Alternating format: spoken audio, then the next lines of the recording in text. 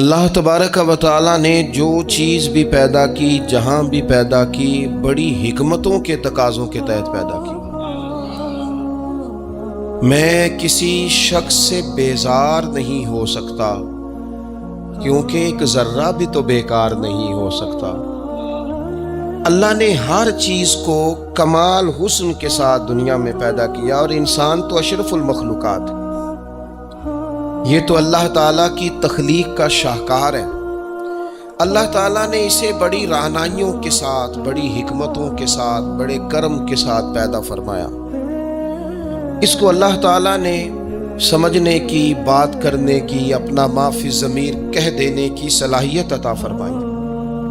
مالک نے اسے عقل، شعور دیا، اور جو بڑی طاقتور مخلوق نظر آتی ہیں ان کو اللہ تعالیٰ نے انسان کے قبضے میں دے دیا۔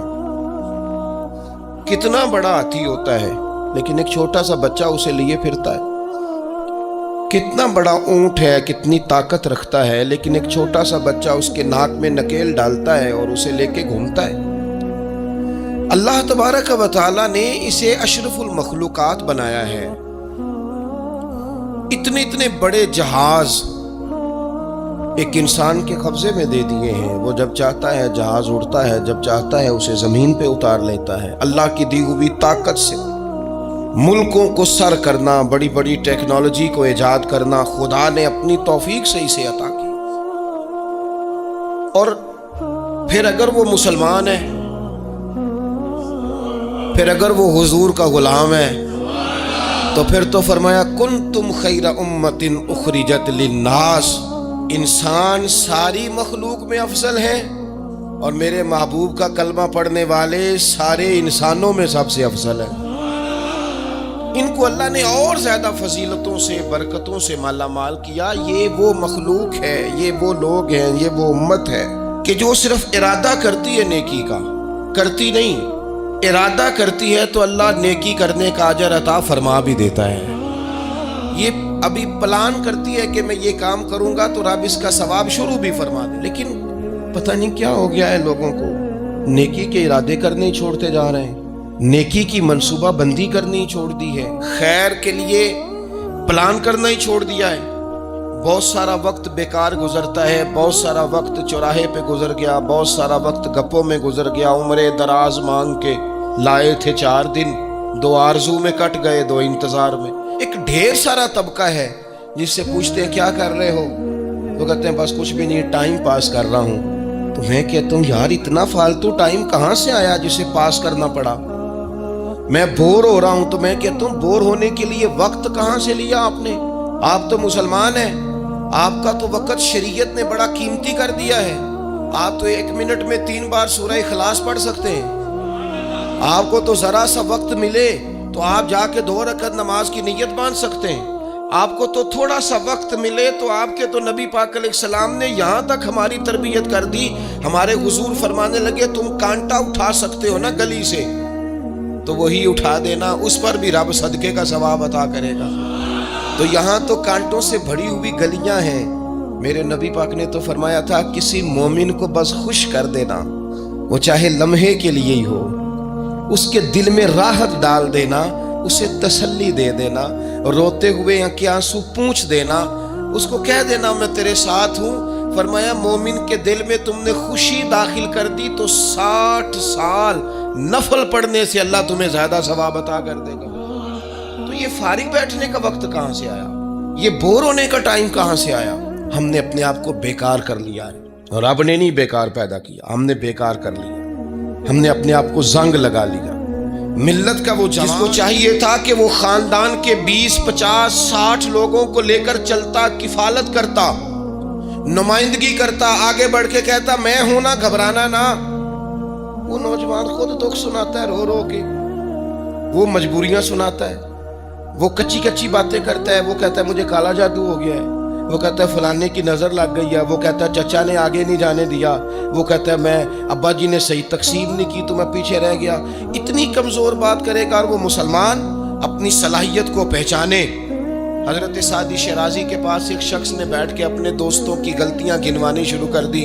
ان میں یہ بھی غلطی ہے، یہ بھی غلطی ہے، یہ بھی غلطی ہے، یہ بھی غلطی ہے، یہ بھی غلطی ہے. تو حضرت سعدی ہنس پڑے، فرمانے لگے اور یاد رکھ تیرے سجن بڑے ہی برے ہیں، اور پانی بڑا بھی گندا ہو نا تو آگ بجھانے کے کام پھر بھی آ جایا کرتا ہے. کوئی تو خوبی ان میں تلاش کر لینا، پانی بڑا بھی گدلا ہو تو آگ تو بجھاتا ہے کہ نہیں بجھاتا. ہمارا یہ مزاج بن گیا ہے کہ ہم اپنی صلاحیتوں سے کام ہی نہیں لیتے، ہمیں پتہ ہی نہیں ہم کیا کر سکتے ہیں. میرے رسول پاک صلی اللہ علیہ وسلم کا کمال یہ ہے کہ حضور نہ انسان کی صلاحیتیں اجاگر کر دیتے، محبوب اجاگر کر دیتے، حضور اندر جذبہ پیدا کر دیتے. اس کہتے ہیں کہ تمہارا وقت کا امام وہ نہیں ہوتا جو تمہیں کہے حالات بڑے خراب ہیں، اس قوم کا کچھ بھی نہیں ہو سکتا، اس ملک کا کچھ بھی نہیں ہو سکتا، فلانا ادارہ بھی خراب ہو گیا، فلانا بندہ بھی کرپٹ ہو گیا، فلانا بھی دنیا دار ہو گیا، پیر بھی خراب ہو گئے، مولوی بھی خراب ہو گئے، سیاستدان بھی خراب ہو گئے، اور بیوروکریٹس بھی خراب ہو گئے، اور تاجر بھی خراب ہو گئے، اور فلانی برادری یہ ظلم کرتی، فلانا قبیلہ یہ ظلم کرتا ہے، فلانے شہر کے لوگ. اسی چکر میں صرف مایوسیاں پھیلانی ہیں، کبھی خیر کی بات ہی نہیں کرنی. لیکن اقبال کہتے ہیں کہ ہے وہ تیرے زمانے کا امام برحق جو تجھے حاضر و موجود سے بیزار کرے اور موت کی شکل میں دکھلا کے تجھے جلوہ یار زندگی تیرے لیے اور بھی دشوار کرے. وہ تیرے اندر رمق پیدا کرے. آج جو حاجی غار سور پہ جاتے ہیں تو یہ لوگ پانی کی بوتل ان کی بغل میں ہوتی ہے، رستے میں 3-4 جگہ بنی ہوئی ہیں، پانی پئیں، چائے پئیں، جوس پئیں، بندوبست ہے. آپ کے کھانے پینے کے لیے آپ چیزیں خرید سکتے ہیں. اوپر جائیں تو وہاں بھی سارا کچھ بیٹھنے کا بہترین اہتمام ہے. جب حضرت صدیق اکبر گئے تھے تو دن کو نہیں گئے تھے، رات کو گئے تھے. اور جناب اسماء بنت ابی بکر جب رات کو کھانا لے کے جاتی تھی تو وہاں تو دن کو آج بھی 1400 سال کے بعد بھی آبادی کوئی نہیں. اس وقت کیا منظر ہوگا. اور اب رستہ بن گیا تھا، اب تو رستہ بھی نہیں تھا. تو حضرت اسماء کہتی ہیں میں اکیلی روٹی پکاتی تھی، پھر اسے باندھتی تھی، پھر میں یہ نہیں کہ 2-4 میرے ساتھ ساتھی چلو تو پھر غارز تو یوں جاتے ہیں نا. فرماتی میں دیکھتی تھی ادھر ادھر کہ کوئی ہے تو نہیں، دیکھ تو نہیں رہا. جب کوئی نہیں ہوتا تھا تو رات کو جاتی تھی اور غار پہ کھانا دے کے آتی تھی. اور حضرت صدیق اکبر نے حضور کو کندھوں پہ بٹھا کے کہا تھا حضور پتھر نکیلے ہیں، ان کی نوک تیز ہے، کہیں مقدس قدموں کو تکلیف نہ دیں، اگر مہربانی کریں تو میرے کندھوں پہ نہیں بیٹھ جاتے. حضور حضرت صدیق اکبر کے کندھوں پہ بیٹھ گئے. درویش کہنے لگے پپا پہاڑ قدم نہیں جے لاؤندا تے 100 پہاڑ تے چڑھیا جاندا، او پیا جاندا جے یار نبی دا، اے اصلی دلدار نبی دا، او پیا جاندا جے یار نبی دا، اے اصلی دلدار. اپنے اندر جذبہ پیدا کریں.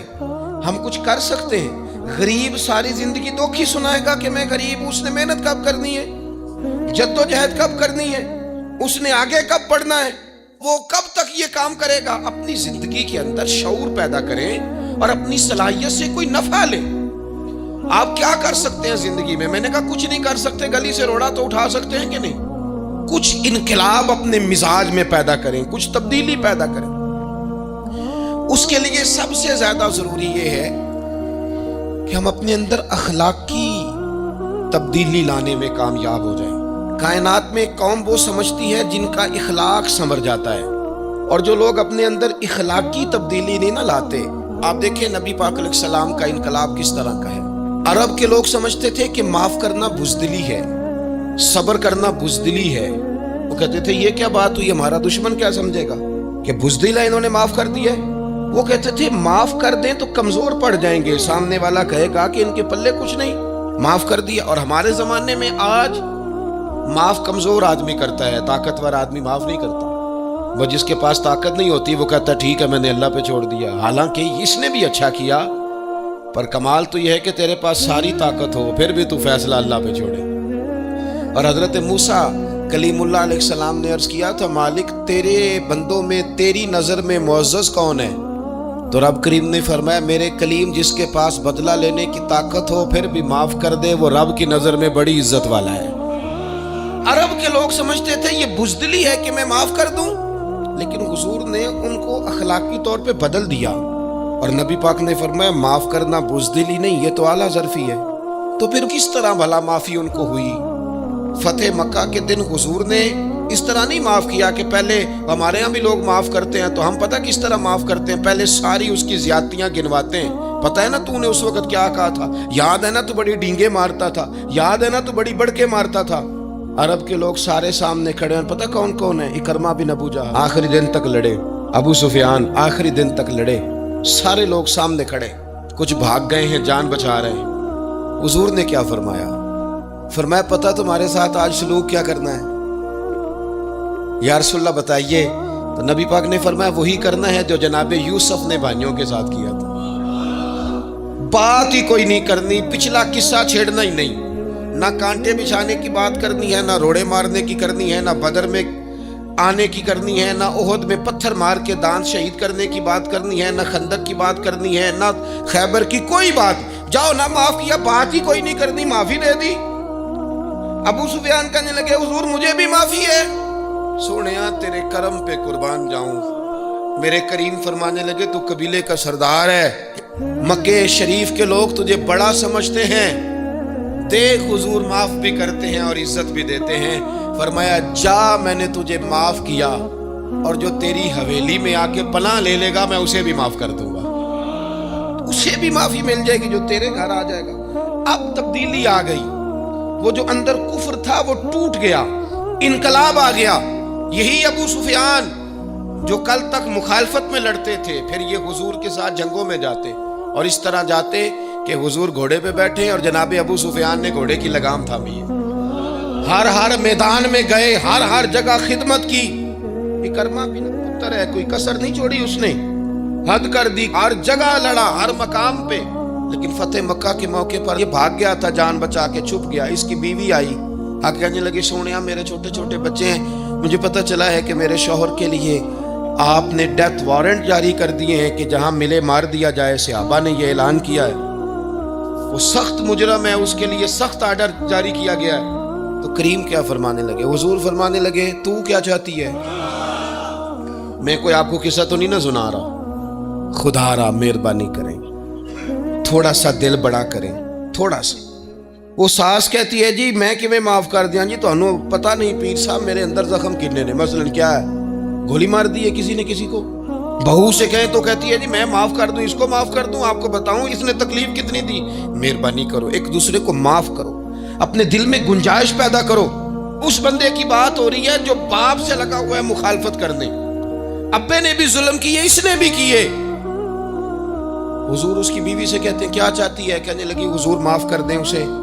تو نبی پاک صلی اللہ علیہ وسلم نے فرمایا ٹھیک ہے، یہاں تو معافی کا دروازہ تو سب سے زیادہ کھلا ہوا ہے، تو کہتی ہے تو چلو ٹھیک ہے معاف کیا، ہو گئی بات۔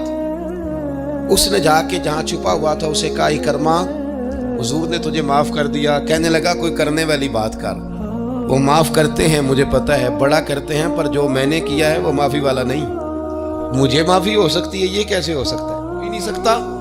اس کی بیوی پھر آئی، کہنے لگی حضور وہ مانتا نہیں، یہ تاریخ صرف میرے رسول کی ہے، یہ سیرت صرف میرے رسول کی ہے، کہ جس کو معاف کیا جا رہا ہے اس کی سمجھ میں بات نہیں آ رہی کہ بھلا مجھے معاف کر دیا ہے۔ حضور کہتے ہیں اچھا تو بتا وہ کیسے مانے گا؟ کہنے لگی حضور اگر کوئی نشانی دے دینا، عرب کے لوگ تلوار دے دیتے تھے، زرہ دے دیتے تھے، پگڑی دے دیتے تھے، چھڑی دے دیتے تھے، یہ دلیل ہوتی تھی کہ فلاں نے نشانی دے دی۔ اگر کوئی مل جائے نا نشانی، محبوبہ اس طرح تو کوئی نہیں کرتا جیسے آپ کرتے ہیں۔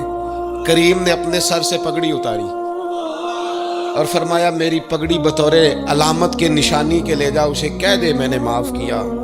اب اکرمہ کو معافی ہو گئی، وہ آ رہے ہیں، یوں اخلاق بدلتے ہیں، وہ آ رہے ہیں۔ یہاں کوئی بڑا آدمی آئے نا تو پہلے اعلان ہوتا ہے فلاں بن فلاں صاحب آ رہے ہیں، اب ان کو دعوت دیتے ہیں، لیکن وہ اعلان چھوٹا کرتا ہے بڑے کے لیے۔ یہاں انوکھا باب ہے، اکرمہ کلمہ پڑھنے آ رہے ہیں، نبی پاک صحابہ سے کیا فرما رہے ہیں؟ فرمایا وہ کلمہ پڑھنے آ رہا ہے، اطاعت قبول کر کے آ رہا ہے، سر تسلیم خم کر کے آ رہا ہے، اس کے سامنے اس کے باپ کے کسی ظلم کا اظہار نہ کرنا۔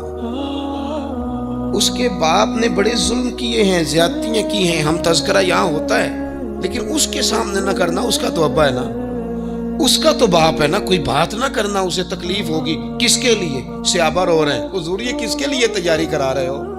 وہ قدموں سے لگ گئے، کلمہ پڑھ لیا، کھول کے روئے، حضور میرے لیے بھی معافی ہے؟ تو کریم نے فرمایا ہاں، میں رحمت والے رب کا رحمت والا رسول ہوں، ہے نا معافی۔ اکرمہ مسلمان ہو گئے، پھر تلوار کو صاف کر کے کہنے لگے سونیا پہلے یہ اسلام کی مخالفت میں لڑتی تھی، اب حمایت میں لڑے گی، مجھے بتائیں۔ ایک ایک گلی اکرمہ گئے اسلام کی حمایت میں تلوار لے کے، ایک ایک گلی۔ اور آپ پچھلے جہاد میں بھی گئے تھے، اس جہاد میں نہ جائیں تو کہنے لگے کفارہ نہیں ادا کرنا، پچھلے داغ نہیں صاف کرنے، میں جاؤں گا، گلی گلی جاؤں گا، نگر نگر جاؤں گا، جھنڈا لے کے جاؤں گا، میں بتاؤں گا کہ جب کوئی مدینے والے کے پاس آئے تو رب دل بدل دیا کرتا ہے، انقلاب آتے ہیں، عادتیں بدلتی ہیں، طبیعتوں میں تغیر آتا ہے، کون کہتا ہے نہیں آتا؟ میں جاؤں گا۔ حمص میں حضرت عمر کے زمانے تک اکرمہ لڑے، سالوں میدان میں رہے اسلام کی حمایت میں، اور پھر حمص کے میدان میں حضرت عمر کے دور میں لڑتے ہوئے شہادت کی موت اللہ نے انہیں عطا فرمائی۔ یہ آپ دیکھیں حضرت خالد بن ولید کون ہے؟ کہنے لگے حضور میں تو بڑی شدت سے اسلام کے خلاف لڑتا تھا، میری غلطیاں بھی معاف ہو جائیں گی؟ تو حضور فرمانے لگے اسلام پچھلے سارے معاف کرا دیا کرتا ہے، نئی زندگی کا آغاز ہو جاتا ہے، نئی زندگی کا آغاز ہوتا ہے۔ حضور نے فرمایا جو رمضان میں عبادت کر لے نا، ایمان کے ساتھ رمضان میں عبادت کر لے، اللہ اس کے پچھلے سارے معاف فرما دیتا ہے۔ اب وہ نئی زندگی کا آغاز، جس نے شب قدر پہ رو رو کے توبہ کی ہے وہ رمضان کے بعد کرپشن چھوڑ دے، جھوٹ چھوڑ دے، بددیانتی چھوڑ دے، دل دکھانا چھوڑ دے۔ جس نے رمضان میں روزے رکھے، تراویح پڑھی ہے، وہ نئی زندگی کا آغاز کرے۔ خدا کی رحمت سے گناہ معاف ہو گئے، اب وہ آگے بڑھے۔ نبی پاک علیہ السلام نے فرمایا جو اللہ کے گھر کا حج کار آیا وہ اس طرح ہے جس طرح آج ماں کے پیٹ سے پیدا ہوا ہے۔ اب نئی زندگی کا آغاز کرے، اب وہ اپنی عادات میں تبدیلی لائے، اب وہ بدل جائے۔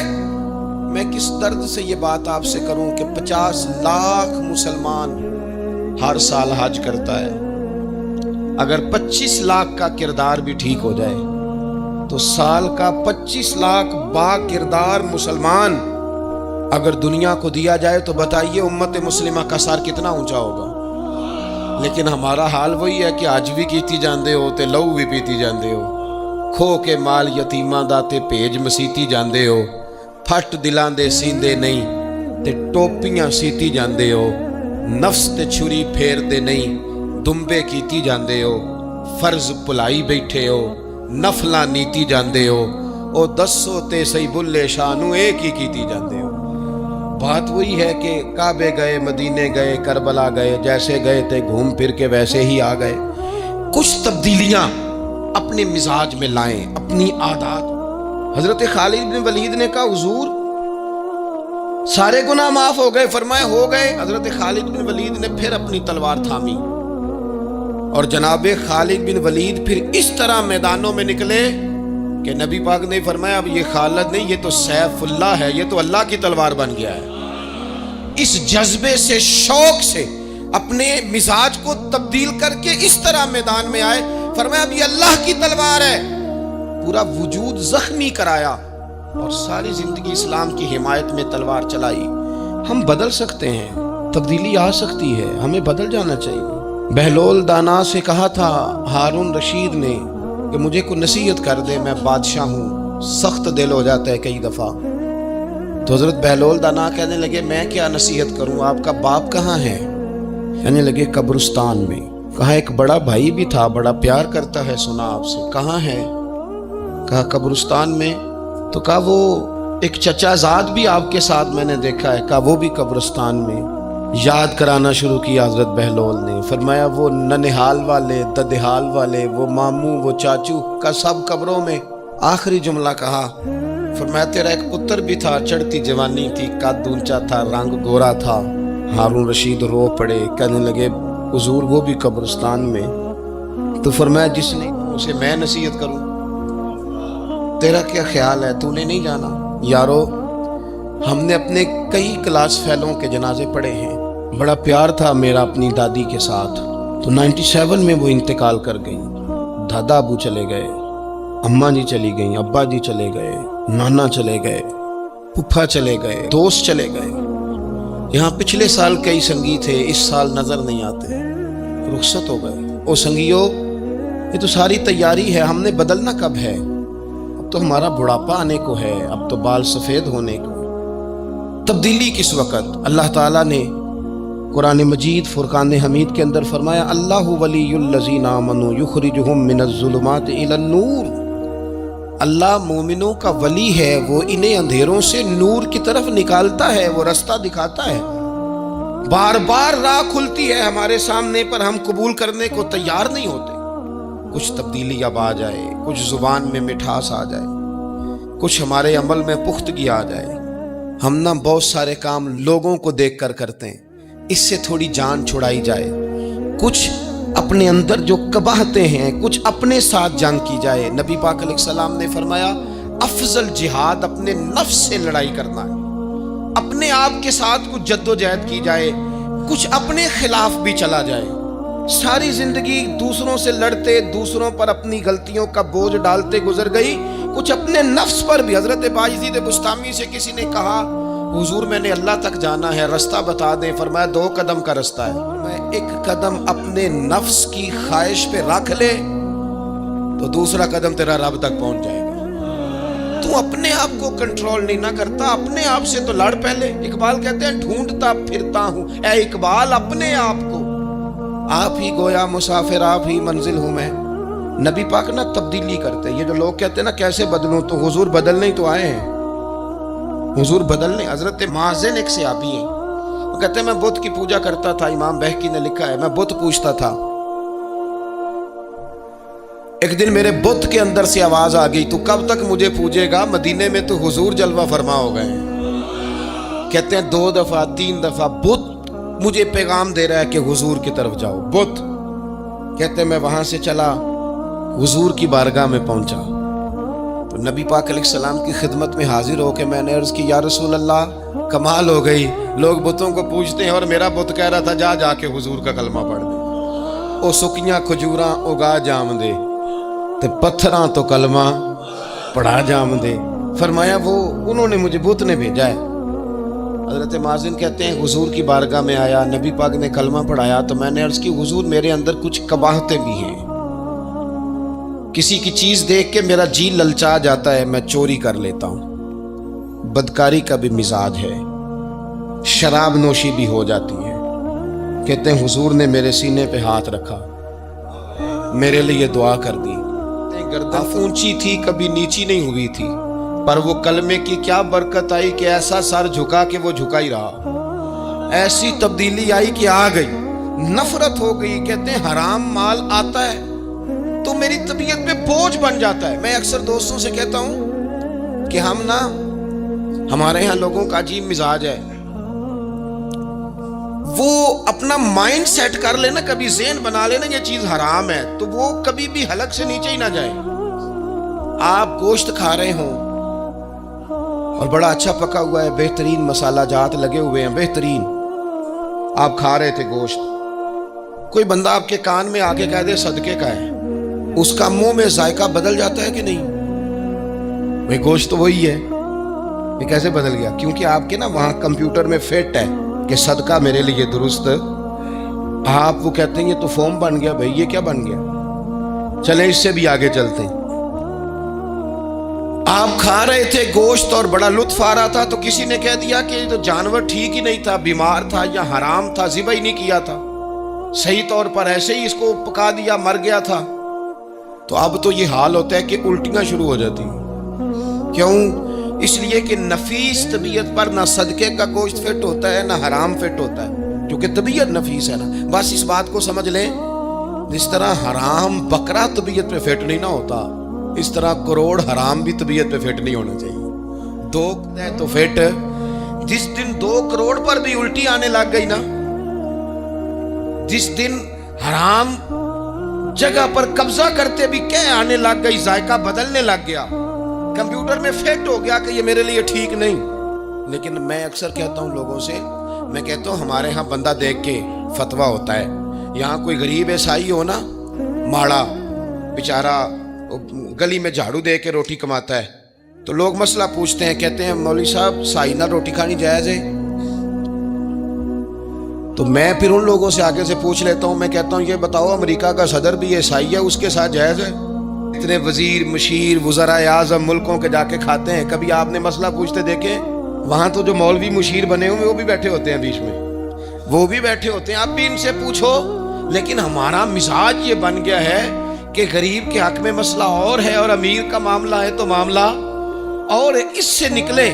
یعنی اگر 5 روپے کسی کے گر جائیں تو وہ واپس کرنے بھی ضروری ہیں، اور 5 کروڑ گر جائیں تو وہ بھی. وہ ہمارے ایک دوست کہا کرتے ہیں کہ ایک صاحب تھے، ان کو نا بڑے قیمتی جوتے کا ایک پیر مل گیا کہیں سے گرا ہوا. انہوں نے وہ قیمتی پاؤں جوتے کا گرا ہوا اٹھایا اور وہ بندہ تلاش کرنے لگے کس کا گرا ہے. دیر تک وہ ڈھونڈتے رہے ایک پاؤں کس کا ہے، تھوڑی دیر کے بعد انہیں دوسرا پاؤں بھی مل گیا. پھر انہوں نے بندہ ڈھونڈنا بند کر دیا. انہوں نے کہا اب دونوں ہو گئے ہیں، اب یہ کام آئے گا، لہذا انہوں نے بند کر دی. میرے عزیز، یہ تو کیا آپ چیز اگر تھوڑی سی ہے تو اس پر فتویٰ اور ہے، اور اگر زیادہ ہے تو مزاجوں میں جب ہم یہ لے آئیں گے اپنی طبیعت میں، اور کب تک ہم نے اسی طرح رہنا ہے؟ کب ہم نے اپنے وجود سے کام لینا ہے؟ بیکار وقت کب تک گزرنا ہے؟ کتنے رمضان آئے گزر گئے، کتنے عمرے آئے گزر گئے، کتنی ہم نے دیکھا کہ بس بیمار ہو گئے ہیں، ٹھیک ہو جائیں گے تو پھر اس کے بعد ہم نے کوئی نماز نہیں چھوڑنی، لیکن ٹھیک ہوئے تو بھول گئے، نئی سے نئی بات شروع ہو گئی. ہم نے کتنی دفعہ کہا کہ آج کے بعد تبدیلی، لیکن کیوں نہیں تبدیل ہوتے؟ حضرت فضالہ بن عمیر ایک صحابی ہیں، کہتے ہیں میں عورتوں کا معاذ اللہ بڑا رسیہ تھا. ابو جہل نے جب اعلان کیا نا جو حضور کو شہید کرے گا تو اسے 100 سرخ اونٹ دیے جائیں گے، تو کہتے ہیں میں خنجر بغل میں دبا کے نا تو طواف کعبہ کرنے چلا گیا. طواف کعبہ کہتے ہیں وہاں جب میں پہنچا تو میں نے دیکھا حضور بھی طواف کر رہے ہیں، تو نبی کریم نے مجھے دیکھتے ہی حضور میرے قریب آئے اور مجھے نہیں بتانا پڑا. حضور فرمانے لگے تیرا نام فضالہ ہے؟ میں نے کہا ہاں. تو محبوب فرمانے لگے کیا باتیں کر رہے ہو اپنے آپ سے؟ کہتے میں دل میں سوچ رہا تھا کہ طواف کرتے میرے قریب سے گزریں گے تو خنجر مار دوں گا. کیا باتیں کر رہے تھے؟ فضالہ کہتے ہیں میں تو جب آیا تھا تو ایک بی بی سے مل کے آیا تھا، میں نے کہا تھا کہ میں آج بڑی رقم لے کے آؤں گا اور معاذ اللہ تیرے پاس رات گزاروں گا. کہتے ہیں میں تو اس سے بات کر کے آیا تھا، تو میں اب حضور سید عالم صلی اللہ علیہ وسلم ہے؟ میں نے کہا ہاں. کیا باتیں کر رہے تھے اپنے آپ سے؟ میں نے جھوٹ بولا. میں نے کہا جی وہ تو میں تو ذکر کر رہا تھا اپنے دل میں. کہتے ہیں حضور مسکرائے اور مسکرا کے فرمانے لگے چل چھوڑ، جس کام آیا تھا وہ کرتا کیوں نہیں؟ میں جو تیرے سامنے کھڑا ہوں تو کرنا. خیال آیا مسلمان نیک و بد پہچان جاتے ہیں اور آقا آدمی کے دل کی باتیں جان جاتے ہیں.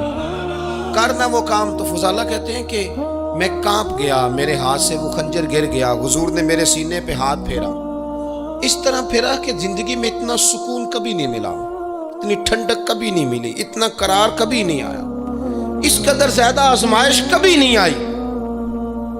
میں قرار محسوس کرنے لگا. کہتے ہیں حضور فرمانے لگے کیا وہ وقت نہیں آیا کہ تو کلمہ پڑھ جائے؟ کہتے ہیں میں نے فوراً کہا حضور آ گیا ہے وقت، پڑھائیں مجھے کلمہ. کہتے ہیں نبی پاک نے کلمہ پڑھا دیا، میں مسلمان ہوا. میں واپس لوٹا تو وہی عورت بن سنور کر تیار ہو کر گلی میں کھڑی تھی. عادتیں بدل جاتی ہیں، شرط یہ ہے کہ ہم تھوڑی سی کوشش کریں، شرط یہ ہے کہ ہم اپنے آپ کو اللہ رسول کی بارگاہ میں پیش کریں. اور میرے دوستوں، میرے بزرگوں، ہمیں سب سے زیادہ تکلیف میں ہماری اپنی عادات نے ڈالا ہے، ہماری اپنی خواہشات نفس نے ہمیں زیادہ آزمائشوں میں ڈالا ہے. کہتے ہیں وہ عورت بن سنور کے کھڑی تھی. جب میں واپس لوٹا تو پہلے میں اس کے پیچھے بھاگتا تھا، اب میں اس کے قریب سے گزر گیا تو اس نے آواز دی تو فضالہ نہیں؟ کہتے ہیں میں چپ کر گیا. وہ پھر پیچھے دوڑی، میرا گریبان پکڑ کے کندھا پکڑ کے ہلایا تو فضالہ نہیں؟ کہتے ہیں میری جھکی ہوئی گردن، میں سر نہیں اٹھاتا. مجھے کہنے لگی تو وہ نہیں ہے جو فضالہ ہے؟ میں نے کہا ہوں میں فضالہ، پر وہ والا نہیں جو تجھے ملا کرتا تھا. کہا تو اب کون ہے؟ کہنے لگے میرا ٹائٹل بدل گیا ہے، میرا تعارف بدل گیا ہے. اب میں رسول کائنات کا غلام ہو گیا ہوں.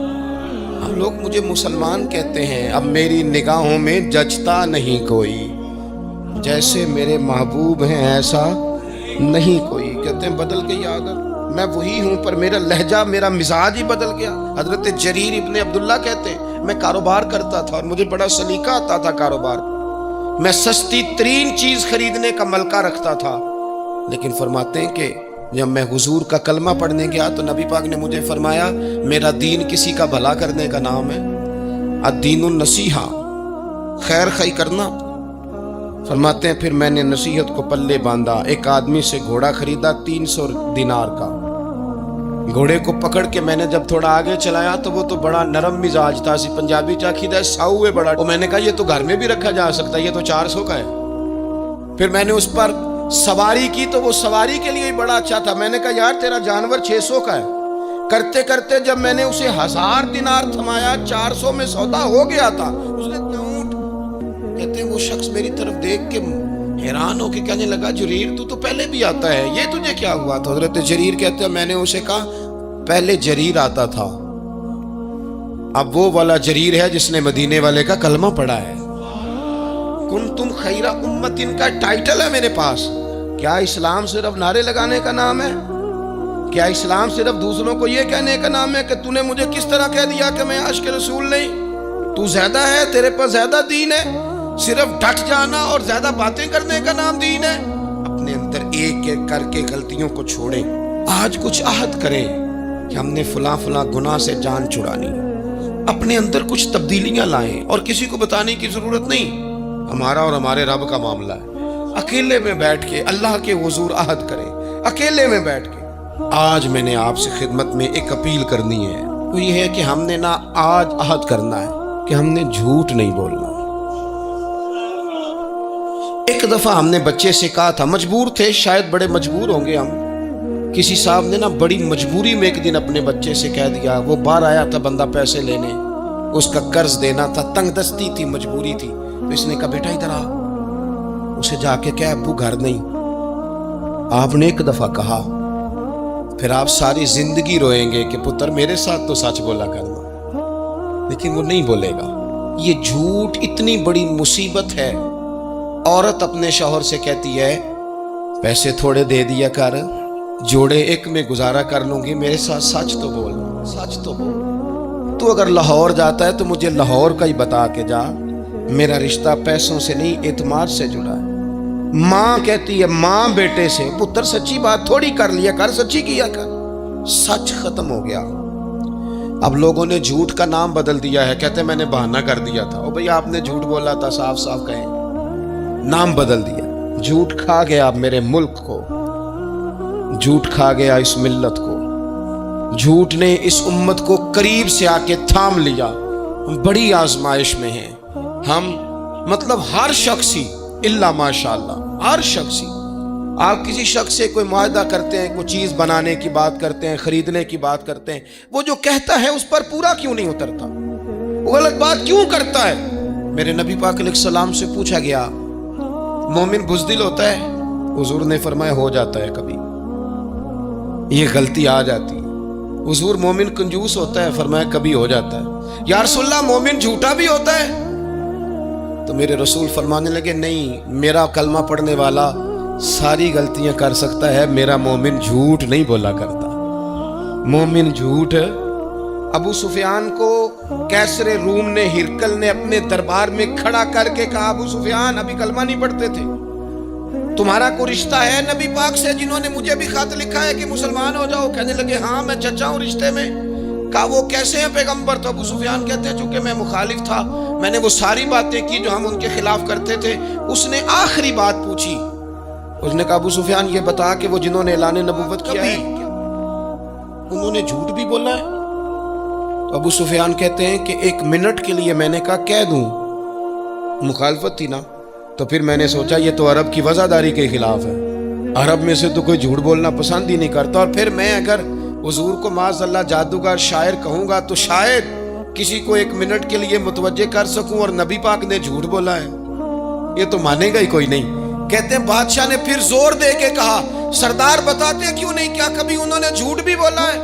تو ابو سفیان کہتے ہیں میرے ہاتھ میں چھڑی تھی، میں نے زور سے زمین پہ ماری، میں نے کہا وہ میرے رشتے میں بھتیجے ہیں، میری سخت مخالفت ہے، میں ان کے خلاف میدانوں میں نکلتا ہوں، جنگیں لڑتا ہوں، کبھی وہ غالب آتے کبھی ہم آتے ہیں، لیکن میرے سامنے وہ پیدا ہوئے، میں نے ماں کی گود میں بھی دیکھا، دادا کے کندھوں پہ بھی دیکھا، چچا کے گھر میں بھی دیکھا، سیدہ خدیجہ الکبریٰ کا دولہا بنے بھی دیکھا، ان کی 4 بیٹیاں ان کی گود میں کھیلتے دیکھی، اعلان نبوت کرتے دیکھا، لوگوں کو مخالفت کرتے دیکھا، میرے سامنے ان کے مقدس بال سفید ہوئے، میرا اختلاف اپنی جگہ، پر بادشاہ میں قسم اٹھا کے کہہ سکتا ہوں اس محبوب کی زبان سے جب بھی نکلا ہے حق اور سچ نکلا ہے، اسیر دشمن کی چاہ میں بھی، وہ مخالفوں کی نگاہ میں بھی امی ہے، صادق ہے، معتبر ہے، میرا پیغمبر عظیم تر ہے، میرا پیغمبر عظیم تر ہے،